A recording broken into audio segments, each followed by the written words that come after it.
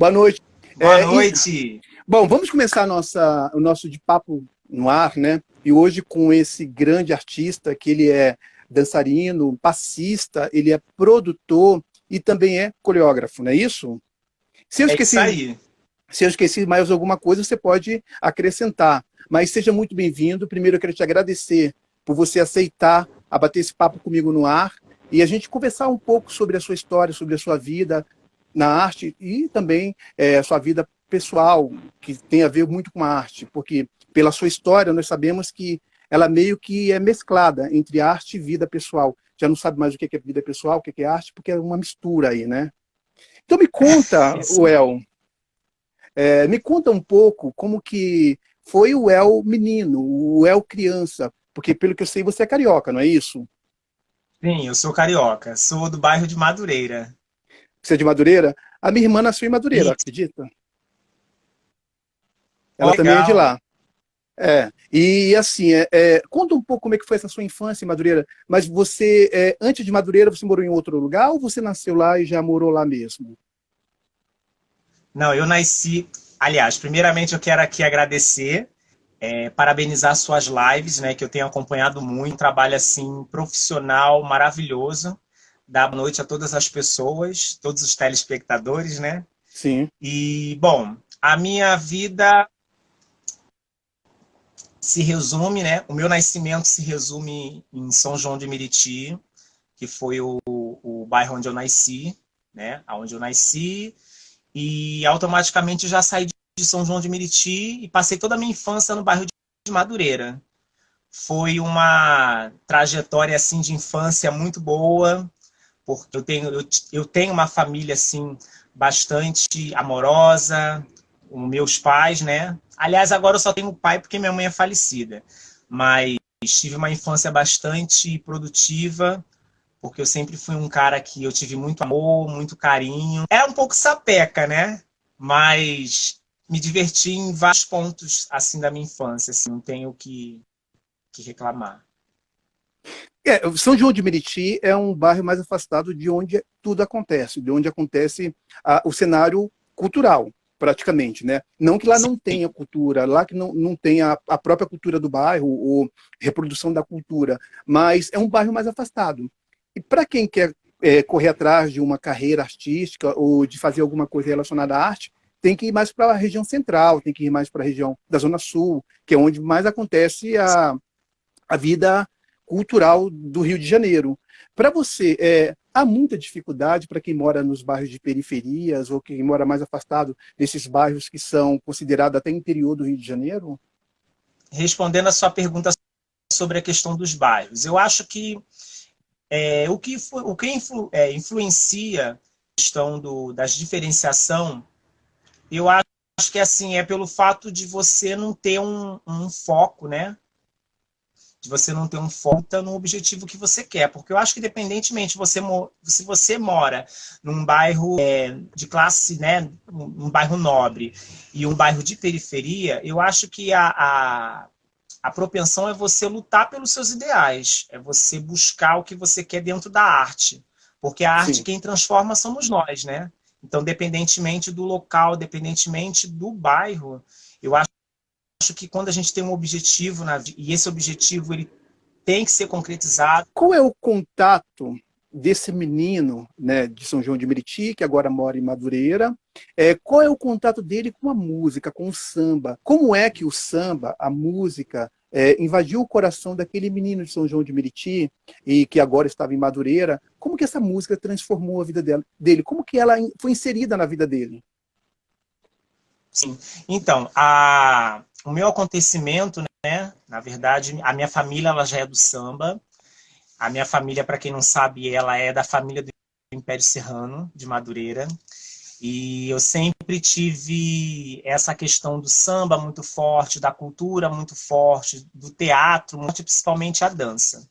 Então, assim, eu tive algumas oportunidades, que essa oportunidade eu tive na quadra da Portela, pela qual eu sempre tive vontade de ser passista, porque meus tios eram da diretoria, e eu achava fascinante todo mundo sambando, com técnica, eu achava bem legal. E aí eu tive uma oportunidade numa escola chamada Caprichosos e Pilares, isso em 2005 para 2000, mais ou menos 2005. Teste, né? Sabendo que eu poderia ter, sabendo que eu poderia ser reprovado ou aprovado, por não conhecer ninguém na época, né? Por mais dos meus tios sendo do mundo do samba, mas eu não conhecia ninguém. Então, assim, eu fui, fiz o teste lá na Caprichosos e Pilares, aí com êxito eu consegui ser aprovado e isso começou a ter uma representatividade muito forte na minha vida, porque a dança em si ela é muito mágica, é uma coisa assim, não sei te explicar, é uma coisa de dentro para fora. É uma coisa assim que vai formigando dos dedinhos do pé, mindinho, até o último fio do cabelo. E é uma coisa que eu não consigo te explicar. A emoção de poder sambar, de poder estar ali naquele ambiente, sabe? Naquela cultura. Então, assim, eu não sei como te explicar. É uma mágica Então, para mas mim. assim, deixa eu só tirar uma curiosidade. É feito tipo um concurso para escolher os passistas, é isso? Não, é feita uma audição pela qual essa audição ele coloca um grupo de passistas, por exemplo, 20, 50 passistas. E aí as pessoas em si, o que elas fazem? Os técnicos, os diretores de harmonia, os diretores da escola, eles já começam a escolher, eles já começam a ter uma visão de quem samba melhor, que tem técnica, porque hoje, naquela época não tinha muito esse negócio de técnica, mas hoje tem, por conta da dança estar muito fluente, está muito grande, sabe, no mercado. Então, eles estão cobrando muito essa questão técnica. Mas naquela época não tinha. Eles queriam passistas que foram passistas, que soubessem sambar malandro, né, que tivesse que pudesse cortejar, que é o papel da mulata, e desenvolver o que eles queriam para outras e Como é? outras, né, modalidades de dança. Eu fico imaginando assim, né, que deve ser lindo. Por exemplo, nós que assistimos o carnaval, né, tem todo aquele show, toda aquela representação, todo aquele esplendor, vamos dizer assim. E você está ali, no meio. E não está no meio como uma ala comum, mas como um passista que tem um destaque, que tem aquela coisa do malandro que você colocou agora há pouco. Deve ser uma sensação muito emocionante para você, né? Porque eu lembro que em 2014 eu estava fazendo um trabalho num evento que era de carnaval, aqui em São Paulo, e de repente você apareceu. E você sambava de uma maneira ali na avenida, deslizava de uma tal forma, uma leveza, sabe? Uma coisa que falou, cara, esse cara não tem osso nas pernas, não é possível. E eu fiquei tão encantado com o seu samba, que eu fiquei me imaginando eu ali, e o pessoal, todo mundo aplaudindo, todo mundo, sabe, incentivando. Foi muito bonito de se ver. Eu acho que a emoção que você deve sentir deve ser mágica, deve ser alguma coisa extraordinária, é isso? Então, e assim, a dança, conforme eu te falei, ela é mágica, né? Porque hoje em dia você pode se misturar com tudo. Você pode colocar dança, né? Porque é uma técnica que eles usam, mas eles usam mais para a comissão de frente. Isso. Mas o passista que ele tem uma fusão que fala dos estilos, ele concentra do samba, ele consegue colocar um chachado, ele consegue colocar um forró, ele consegue colocar um foxtrot. Isso aí dependendo dos tipos de modalidades que ele consegue moldar dentro do samba. Isso pelas que eu fui aprendendo ao longo do tempo, que é para poder ter uma desenvoltura melhor. Porque aí você passa a ser um passista, em vez de ser um passista comum, você passa a ser um passista show. Entendeu? Porque você começa a Entendi. mostrar outras modalidades, permite o corpo, né? O corpo trabalhar outras vertentes na dança, né? Entendi. Tem uma pergunta aqui para você, tá? Deixa eu ver aqui como que é. Eu acho que foi a Dil que mandou, foi a Deilda. O que a dança representa para você? Foi a Deilda. Olha, a dança representa para mim, muitas das vezes, né? Eu levo a dança como uma terapia para mim. Porque, assim, a gente passa por muitos processos na vida, muitas coisas, né? E a vida é uma caixa de surpresa, como se diz. Então, assim, eu levo a dança como uma espiritualidade, a dança como uma energia para o meu corpo. Pesquisando sobre o samba, a história do samba, né? E eu vi que lá dizia que, segundo os relatos oficiais, né, que o samba ele é uma cultura, né, uma mistura de ritmos, de instrumentos, que é uma mistura que veio da Europa junto com os escravos, né, os africanos. Então esse batuque se dá uma origem ao samba. Mas eu acredito que vem Sim. muito antes disso, porque se a gente for estudar a história do samba mesmo, da musicalidade do Brasil, nós vamos perceber que os índios também já faziam os batuques. Então, a dança em si, a gente tem eu estudei um pouco, né, e sei um pouco sobre alguns estilos. O primeiro estilo de dança foi o lundu, que as pessoas, eu acho que muita gente que é da cultura afro não sabe um pouco disso. E o lundum, que o lundum que deu a origem para a dança afro e diversas outras danças, né? Aí veio o machixe, veio o merengue, e daí começou a originar essa coisa da fusão do samba, do tambor de crioula, essa questão do samba de roda, uma influência muito boa, muito grande, muito permanente, que ainda precisa se, conforme eu falei para você, né? Precisa se ainda mostrar culturalmente. E tem pessoas que elevam o samba de uma forma que não é muito legal, assim, só por intuito de financeiro. Não leva como uma paixão, não leva. Eu acho que dança em si, o que você ama, você tem que levar com amor, com paixão, entendeu? Entendi. Quando que de fato, assim, de fato mesmo, o El percebeu que o samba era a vida dele? Aquele momento que falou, é isso que eu quero. Não dá para fugir disso.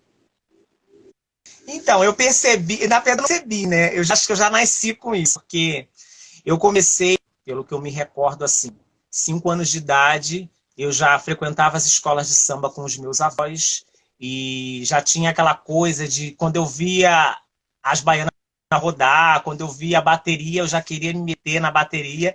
Tem uma pergunta para você falando assim: você Peraí. consegue ganhar dinheiro com a dança? Gil França está perguntando. É aí que tá, porque assim, é aí que tá, porque pelos tempos que nós vivemos hoje, com essa pandemia, com toda essa coisa maçante que nós estamos tendo, a gente tem que sobreviver e, querendo ou não, a arte em si demora a gente poder galgar e chegar a um objetivo, né? Objetivo que eu falo Sim. financeiro, de ter uma estabilidade, de ter uma casa, né? De ter uma condição, de ter um carro. Mas assim, é claro que além do amor, a gente também tem que pensar financeiramente. Mas dá sim. Se você tiver os contatos certos, as pessoas certas, se você tiver alguém e algo que possa investir em você, você consegue sim. Você consegue viver financeiramente só da dança. Aí você teve uma passagem pelas escolas de samba, né? Você dançou pela Portela, Caprichosa de Pilares e algumas outras, imagino eu. Isso tudo naquele circuito Rio de Janeiro, que é o carnaval que vai para o mundo inteiro, né? E como é que foi essa passagem por essas escolas e o que que ela agregou na sua vida profissional que te deu um impulso, te levou para frente? Olha,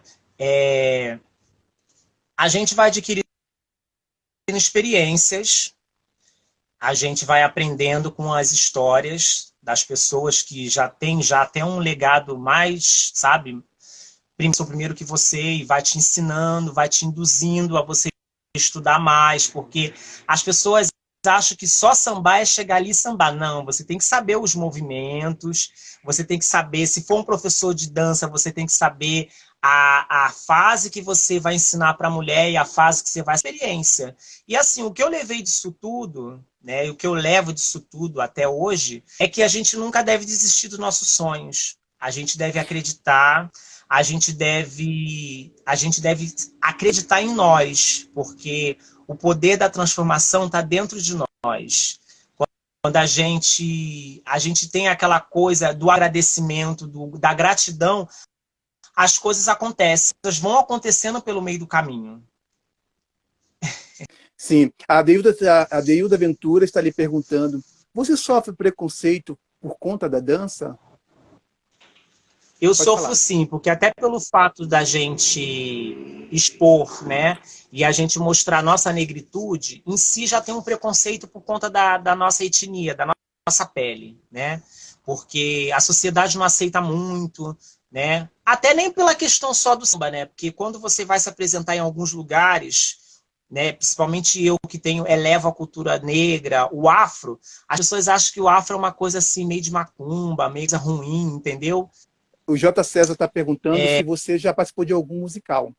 Respondendo à pergunta do internauta aí, né, em respeito de companhia. Assim, eu na época eu estava num grupo chamado Núcleo Artístico Temboá, né, que era um grupo que eu fazia a introdução afro, que eu aprendi alguns movimentos, eu tive outros aprendizados, né, e lá surgiu um comentário e eles falaram, ué, por que você não vai lá fazer o teste pro Rei Leão, que na época estava tendo não sei se você ficou sabendo, aquele teste que eles estavam procurando um ator para poder fazer o Rei Leão, que tivesse características negras, que soubesse dançar, que soubesse cantar. E assim, né, eu acabei indo por conta mesmo dessa questão de preconceito, porque a gente sabe que nesses testes a gente passa por isso, né? A gente tem todo a gente tem todo um cuidado para a gente poder não se ferir muito, porque negros, acontece muito da gente se ferir com certas coisas. Então, eu acredito que eu não fui porque pode ser que não seja a hora, mas eu recebi sim um convite sim para poder participar, mas aí eu não fui. Certo. E eu queria saber assim, você saiu do samba, do espetáculo Samba Avenida, e também foi levado para um outro caminho, que era o caminho dos shows. Como é que isso aconteceu? Como é que se deu esse caminho dos shows?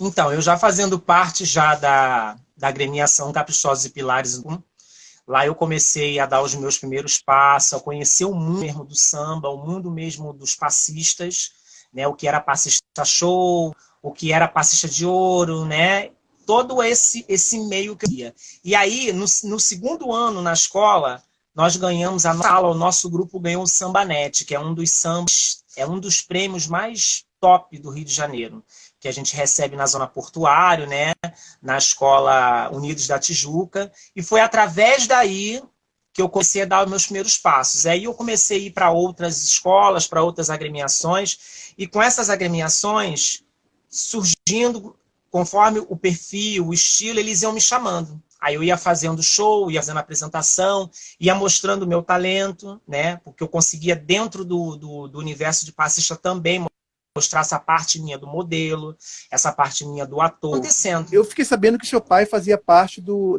grupo de compositores das escolas de samba. Ele participava daqueles concursos de samba enredos, né?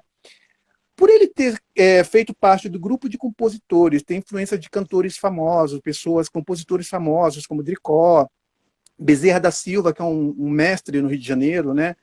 Eu acho que no Brasil, vamos dizer assim, eu acredito. Isso influenciou no seu gosto musical? Também acho, Robson, agora sim.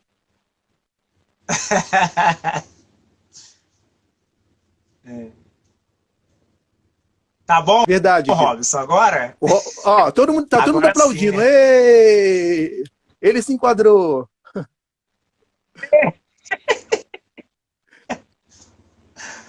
E aí? Então, o meu pai, ele sempre me influenciou muito desde pequeno, porque ele queria muito que eu seguisse a carreira de... Na verdade, ele queria que eu seguisse a carreira de músico e compositor como ele, né? Porque o pai sempre tem aquela coisa de influenciar o filho a seguir a meira. E eu nunca fui assim, eu nunca gostei muito de música. Eu sempre gostei da arte, eu sempre gostei da moda, eu sempre gostei dessas vertentes aí artísticas. E aí, assim, meu pai, ele sempre quis que eu seguisse a carreira de músico e compositor. E ele foi uma das pessoas que me influenciou muito. Ele foi, na verdade, o principal. A principal pessoa a me influenciar, a principal pessoa a me dar de ir comigo nos determinados lugares, né, locais. E eu era tímido, aí ele falou: você tem que fazer um teatro para você poder perder a timidez, porque Nós que temos a cultura negra, que temos um visual diferente, tem que criar uma identidade. Você tem que criar uma identidade sua. E como você vai crescendo. Você vai galgando daqui, você vai galgando de lá, as pessoas vão te dando um toque, eu acho que isso não é legal, eu acho que você tem que mudar o velo, entendeu? Então, assim, você vai, graças ao universo aí, galgando. O El, a Nani falou para você que, por sinal, se veste muito bem no mundo da moda. Eu acho que ela quis dizer que você realmente se dá muito bem no mundo da moda. Ai, que legal. Manda um beijo para ela. Um beijo para a Nani. Ela está te ouvindo. Admiro muito o seu trabalho. Beijo. Então, El, eu queria saber assim, né? Você teve uma passagem pela televisão, que foi uma passagem bem importante. Até o ponto que eu sei, e você vai poder me esclarecer, você fez dublê de corpo, né? Que é uma coisa bem específica na televisão, onde a pessoa acompanha o ídolo lá, o artista, seja ele principal ou não, do começo ao fim do trabalho, né? Para fazer cenas específicas. Como que foi essa experiência? Como é que foi para você fazer dublê de corpo de uma pessoa famosa?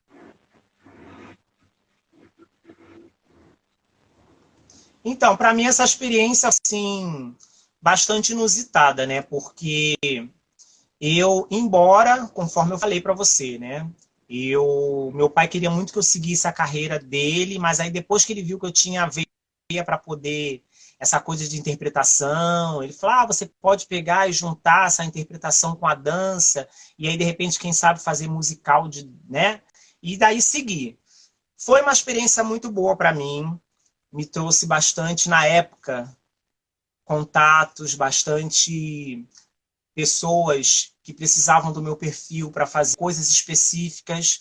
Através dessa grande oportunidade, né, eu fiz lá o dublê, que eu falei para você do Ícaro, que era o personagem de Rafinha.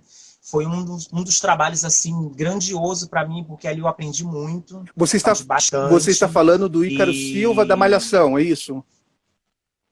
Isso, porque dentro dessas coisas que eu fazia, eu tive essa oportunidade de fazer o dublê, né? O dublê é aquele que nas cenas, quando precisa, eles pedem o dublê para entrar em ação, né? Tem certas coisas que o artista, o próprio ator não faz. Então o dublê serve para manipular o que o artista vai fazer, o que ele vai fazer na ação, né? Na cena. E para mim, assim, foi prazeroso, foi pouco tempo. Foi pouco tempo, mas assim, foi bastante prazeroso, porque você aprende, você conhece. Mas para mim foi uma experiência muito boa, que eu repetiria por mais e mais vezes se tivesse oportunidade, né? Então, o que acontece? Na época que eu fiz o trabalho, que era o trabalho de dublê, ali tinha uma questão do contrato, né? Você vai fazer tantos meses, você vai fazer tantos dias. Não acontece nas cenas. Às vezes o ator ele não entra ela toda, né? Por conta de outros compromissos. Ele fecha um determinado período para ele poder ficar e através desses períodos ele vai se deslocar para outras coisas, teatro, né? Viagens. E aí na época ele estava em cartaz. Ele estava com uma peça que eu não me lembro qual era a peça. Então ele fazia a novela e a peça. O trabalho de teatro é bem diferente de TV, né? Você é ator, diretor, e você sabe como é que é. Bem diferente, a disponibilidade é outra, você tem que ter mais tempo para você poder estudar o texto. A novela você tem aqueles dias intercalados, porque tem atores que gravam todos os dias, mas tem atores que gravam 3, 4. Então, assim, dentro desse contexto, dentro desse universo, eu fiz por pouco tempo e logo em seguida ele saiu. No ano seguinte ele saiu. Aí não deu para poder concretizar, não deu para poder, né, dar continuidade. E aí eu fui fazendo outras coisas. É verdade, o Albino está falando assim, travou ouviu? De novo, coisas, como digo, coisas de live. Agora a gente tem um novo bordão, coisas de live, porque está travando. Quando foi que virou aquela chavezinha na sua cabeça e disse, vou para São Paulo? E por quê ir para São Paulo, largar tudo, se estava acontecendo um monte de coisa no Rio de Janeiro? Então, porque eu sempre tive São Paulo como meta, né? Bem, quando eu comecei a fazer os trabalhos artísticos, quando eu comecei a fazer os trabalhos específicos dentro da Rede Globo, que eu comecei a entrar na moda. Eu sempre tive muito São Paulo como meta, porque eu acreditava que aqui as coisas aconteciam muito rápido. Tipo assim, eu vou chegar e vou estourar. Essa era a minha imaginação. Mas não é bem assim, né? Não, não é mesmo. Quando você chegou em São Paulo, como é que foi a recepção da sua chegada? Como é que você viu o mercado? Como que esse mercado te recebeu? E qual era a sua pretensão? Então, a minha chegada em São Paulo ela foi um pouco turbulenta, né?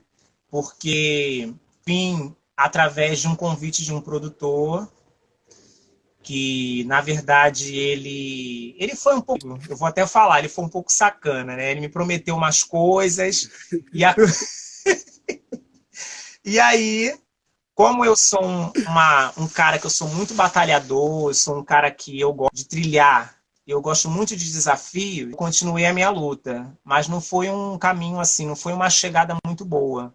Porque eu acho que a pior coisa do ser humano é quando ele promete uma coisa sabendo que ele não vai conseguir cumprir. E essas coisas, esse meio artístico nosso, tem muitas essas coisas de promessa. A Nani está dizendo assim, graças a Deus que ele veio a São Paulo, porque ele deu muito apoio para a agremiação Combinados da Sapopemba. Ai, que legal! E olha só, eu vou falar para você que para mim foi um presente, hein? Deles terem me convidado. Eu fiz um trabalho exemplar com eles lá, com a questão da ala de passista. Assim, eu tenho muito carinho por eles lá e eu acredito que foi uma experiência muito vasta, foi uma experiência muito boa. Eu percebi que assim, né, você começou ali como passista, sambista, né? Passista, né? Sambista, não sei se tem essa palavra ou se é só para quem canta samba. Você teve um período que você dançou, se lançou lá no Rio de Janeiro como passista, teve sucesso como passista, foi bem sucedido. Depois você passou pela televisão, foi parar lá em alguns produtos da Globo. E depois você veio para São Paulo, creio eu que foi em São Paulo que isso aconteceu. Você acabou trabalhando como modelo e foi parar na revista Raça. Eu acho que é muito importante fazer um editorial na revista Raça, ainda mais que é uma revista específica muito mais para a etnia negra, né, para a etnia afro. Então, como é que foi essa experiência para você? Então, essa experiência para mim foi uma experiência bastante boa, porque na época eu trabalhava muito em agência de modelo, né? Porque depois que eu comecei a entrar mais nesse universo dos bastidores, então eu comecei a trabalhar muito como produtor. Eu produzia ensaios fotográficos, por exemplo, um fotógrafo vinha, me convidava para me poder ir lá ser para criar os looks, né, dos modelos para poder fazer um certo tipo de trabalho, editoriais, catálogos. Quando eu comecei a trabalhar com a parte de produção, a parte de produtores, né, produtor de agência, agenciador, né? Então, assim, através disso, a gente vai tendo mais uma visão mais ampla, a gente vai tendo uma ideia do qual é o tipo de trabalho que a gente possa se colocar, a gente pode se colocar, porque a gente já não entra como, a gente já não está como modelo, a gente está já como produtor. Então, o produtor ele Entendi. escolhe o melhor cast, o melhor modelo. Isso que aconteceu comigo. O Albino falou para você o seguinte: quando você está dançando, você se imagina vivendo um personagem ou é você mesmo dançando? Não, sou eu mesmo. Eu acho assim, eu só vestiria um personagem se fosse. Se tivesse que fazer alguma coisa em comissão de frente. Entendi. Deixa eu fazer uma outra pergunta para você. Você também trabalhou com moda aqui em São Paulo e também como booker, né? Como é que foi essa experiência? Levando-se em consideração que há os bookers que são completamente profissionais, responsáveis, né? E tem aqueles que estão ali só para buscar pessoas para fazer número e fazer dinheiro, cobrar grana por books, né? Como que foi essa experiência? Como que é esse universo das agências? E como não cair em cilada? Então, o que que acontece? Quando a gente quer um profissional, isso eu falo na parte de não só da moda, mas modelo, ator, nós temos que ir nas agências que realmente são cadastradas, agências que têm CNPJ, que têm um histórico, que tem uma base, que tem trabalhos, porque assim, hoje em dia se tem algumas agências aí que não é de acordo em algumas coisas, entendeu? Então, assim, o mundo da moda, ele é um mundo, assim, muito glamuroso. É, como não cair nas ciladas dos falsos bookers? A primeira coisa que a gente tem que ver é se a agência, a produtora em si, ela tem um CNPJ, ela é legalizada, se é uma agência que realmente tenha trabalhos, que tenha contatos, porque você, dentro desse universo, você consegue perceber quando a agência ela não é legal, quando a agência ela só quer só o seu dinheiro para fazer seu gráfico e as agências realmente que trabalham, entendeu? Então, Exatamente isso que a assim, Dil está falando. eu sempre tive esse cuidado quando era módulo e eu sempre cuidado quando eu trabalhava como produtor. Porque, assim, quando Entendi. você é modelo, você tem uma imagem que você tem que zelar. E quando você é um produtor, você tem que ter mais cuidado ainda porque você mexe com vidas. Entendeu? Deixa eu te Você fazer uma outra mexe com pergunta. vidas, você mexe Com sonhos. com crianças. E muitas das vezes, uma promessa, você acaba tirando até o sossego, tirando até, quebrando até uma meta que a pessoa tem na vida, né? Existe, assim, uma questão muito importante que, assim, eu falo aqui diante da live. Tem pessoas, tem produtores, tem agências que falam assim para uma criança, viram para uma criança de 8 anos, de 6 anos, e fala assim, olha, a gente vai colocar você num trabalho da Lilica Replica. Não acontece assim, porque o processo é totalmente diferente. A criança, quando ela passa de uma idade pela qual ela tem que ter o DRT de modelo, ela tem que fazer testes, ela faz teste, a própria dona da marca vai escolher a criança para fazer e a criança ainda tem que ser escolhida para ver se ela se encaixa com as roupas. Então tem todo um processo. Sempre me coloco no lugar do outro, da outra pessoa. Então eu sempre fui um produtor muito coerente. E sempre fui um modelo também muito coerente. Quando entrar em certos tipos de trabalhos, beleza, se não estava no perfil. Porque tudo eles buscam um perfil, né? E às vezes tem pessoas que às vezes não dá para aquele certo tipo de trabalho e fica insistindo. Aí pega, vai numa agência aqui, vai outra ali, e a maioria é só material fotográfico. A mãe investe caro. Você já fez figurações, você já fez pegadinhas, participações. É, ao fazer figuração e ao fazer pegadinhas, inclusive você participou de uma pegadinha do Silvio Santos, se eu não me engano, não foi isso?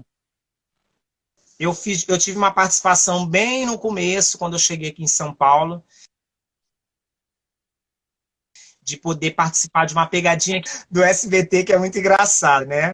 Bom, chegamos ao Ai, final de mais um de Papo no Ar. E hoje eu quero agradecer essa pessoa muito especial, esse grande artista, o El Black. Muito obrigado por você se disponibilizar do seu tempo para conversar comigo. Te agradeço desde já e espero poder te encontrar mais uma vez para a gente bater esse papo novamente e continuar essa conversa. Muito obrigado, El.